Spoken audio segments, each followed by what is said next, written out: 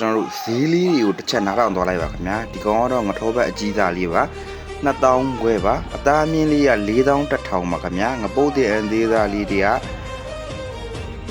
19000နဲ့ပဲယူပါခင်ဗျာငပုတ်တဲ့ဒီကောင်လေးတွေကအလက်စားလေးတွေက2000ခွဲပါဘိုက်ဦးဆိုပြီးသား66တက်တန်လေးတွေရပါမယ်ခင်ဗျာဒီဘူးကြောက်လေးတွေကတော့2000နဲ့ပဲယူပါခင်ဗျာဒီငရောင်ကြီးလေးတွေကတော့4800နဲ့ပဲယူပါဒီငရောင်စိတ်ငရောင်အလက်ဆိုင်လေးတွေက3800မှာ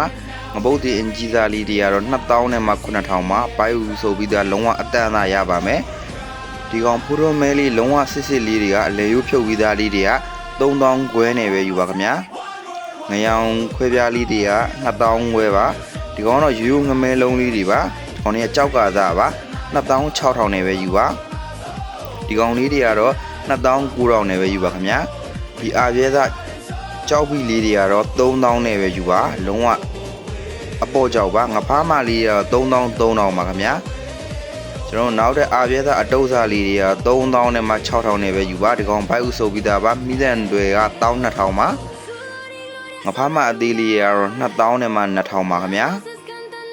ဒီတူးလက်ခေါ်ငမဲလုံးပေါက်လေးတွေကတော့16000နဲ့ပဲယူပါခင်ဗျာဒီကောင်လေးတော်တော်လေးတန်ပါတယ်ခင်ဗျာဒီငလားသားလေးအဖွေးသားလေးတွေကတော့2000နဲ့မှ3000ပါဒီကကြီးကိုက်လေးတွေကတော့1000ခွဲနဲ့ပဲယူပါအားလုံးကျေးဇူးအထူးတင်ပါတယ်ခင်ဗျာ